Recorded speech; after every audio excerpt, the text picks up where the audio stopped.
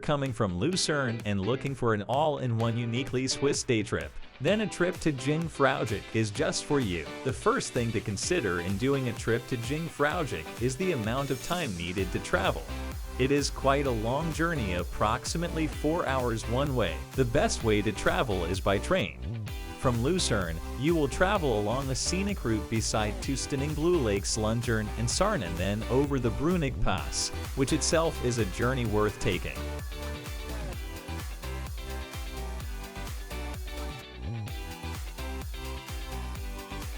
And if you are in Switzerland for a while, say a week or more, and will be traveling by train a lot, you have to consider a Swiss travel pass, which will save you a ton of money. Trains in Switzerland can get expensive.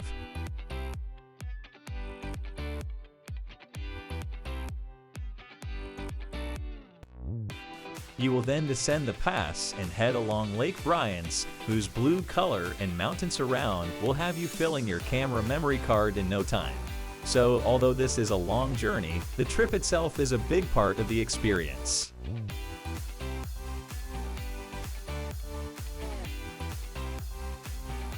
Eventually, you arrive in Interlaken-Oost and then catch a connecting train to Lauterbrunnen before reaching one of the first seriously scenic stops below the Eiger at Kleinscheidegg.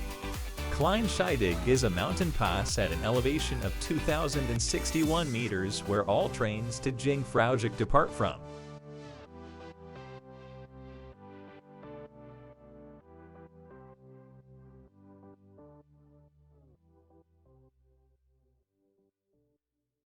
From this station, you will board a cog train. The cogs help the train climb the steep slopes that weave slowly on its ascent to Jungfraujoch.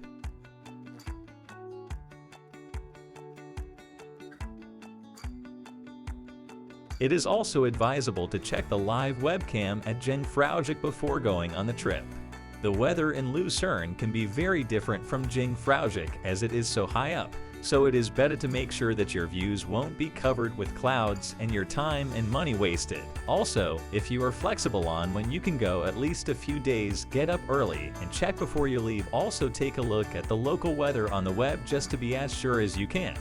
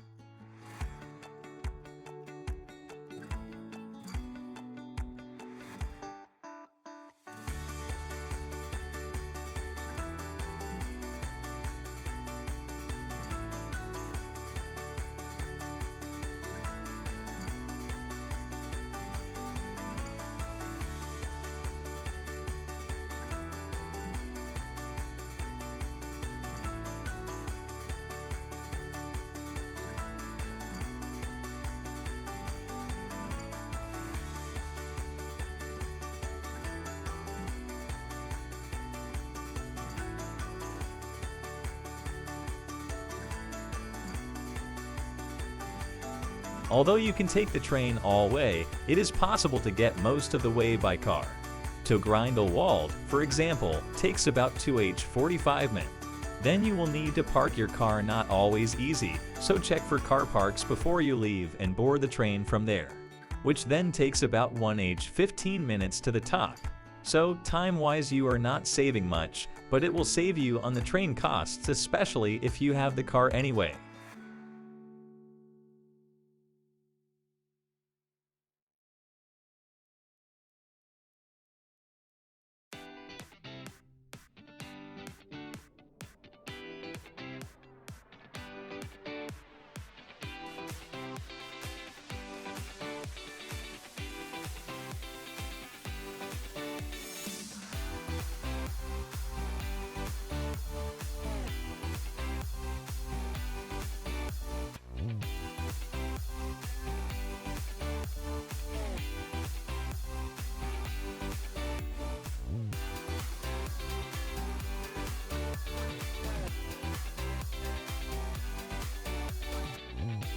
Jungfraujoch, aptly named Top of Europe, is the highest train station on the entire continent. Not only is it located at such an impressive height, 3,454 meters, 11,332 feet, but it is set in a spectacular location right in the heart of the Bernese Alps. The station is surrounded by 4,000 meters peaks and glaciers and will provide you with an experience of second to none.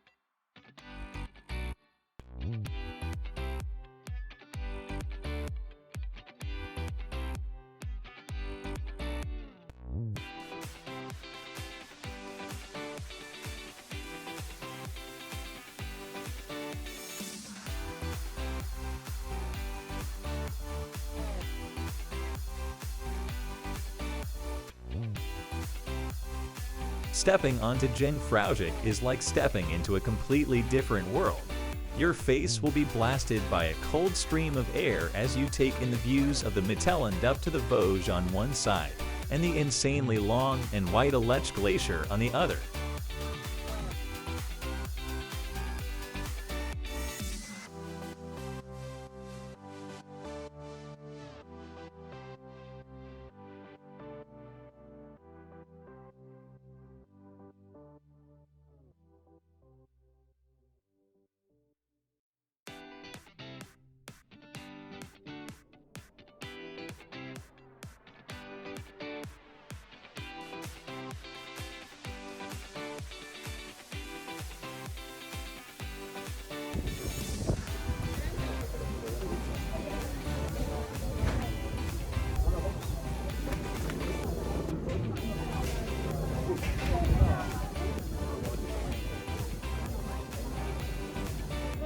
I recommend you head straight to the Sphinx Observatory to get your bearings. This is accessible by a 25-second ride on a lift and whisks you to a height of 111 meters above the station. This international research station provides views of the stunning rock formation at the Jungfraujoch, as well as a panorama of the surroundings.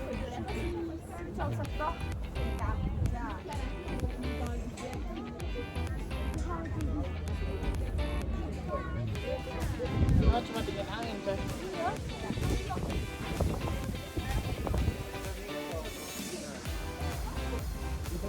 Mana kau belum patah?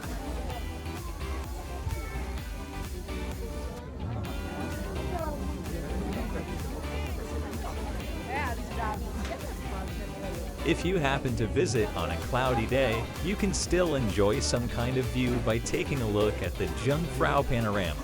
This film projected on the walls will show you a 360-degree panorama of the mountains 365 days in the year.